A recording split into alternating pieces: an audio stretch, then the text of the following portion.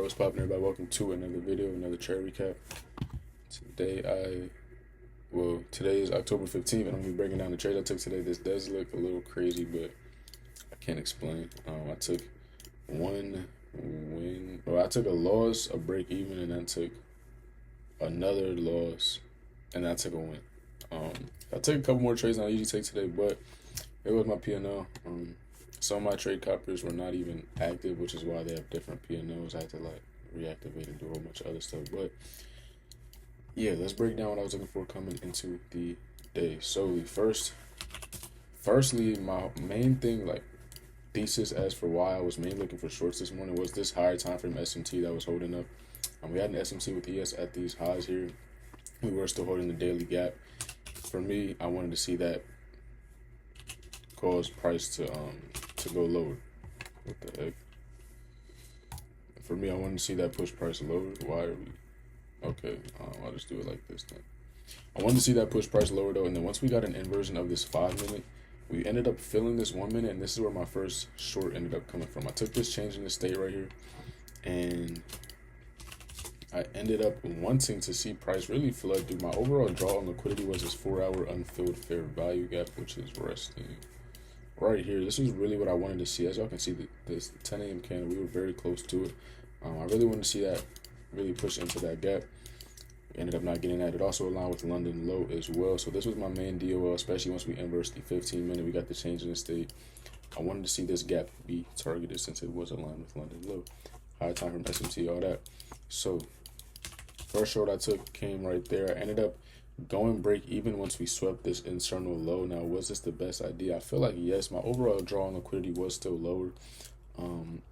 We did have a SMT at the internal highs as well. Now, the main issue, I think, well, actually, no, we had an SMT at these lows that ended up getting broken through. We put in an SMT at these lows with this low right here, which ended up causing price to retrace, which is where I took my first loss at. I took a short here off this change in the state, got stopped out. Then I re-entered. I was in profit, ended up getting stopped at break even. Now, the next trade I ended up taking came here, which is where I entered on the V shape, ended up getting break even again. And then from here, I really just waited. I didn't really feel that confident in the longs just because of this higher time frame SMT. Now, yes, we were coming out of a hourly gap that obviously could push price higher, but to me, this overall SMT is what I wanted to see be really the main deliverer or the main driver for price to go lower with the unfilled 4-hour gap that aligned with London low. So I didn't take this long here. It was a very good long. It does look very nice. SMT at the lows. Very quick V-shaped recovery. A lot of resting buy side above us. I didn't take that. Now, the next trade that I actually took came up here. Once we got, this is standard deviation. We tapped standard deviation. We got a slight retracement to the 1 minute and the 5 minute gap.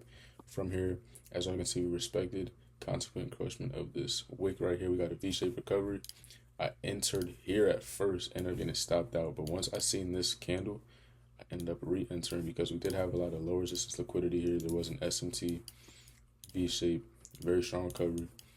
I wanted to see overall this internal high, and that is what we got. It was a slow, choppy ride, but we got that. So that ended up putting me in a little bit of a better position for the day. I'm not down as much.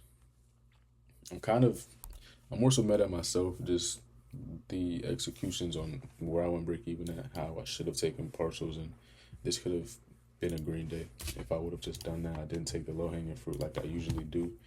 I was aiming for bigger targets, so that is something to definitely keep in mind. We did have a very good day yesterday where we did end up moving very efficiently, price pumped, and I think I let that, I guess, linger in the back of my mind for me to expect better price action coming into today.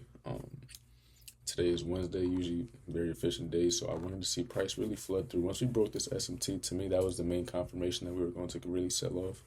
Once the SMT was broken through, and as you can see, that was not the case. So I was wrong in that sense.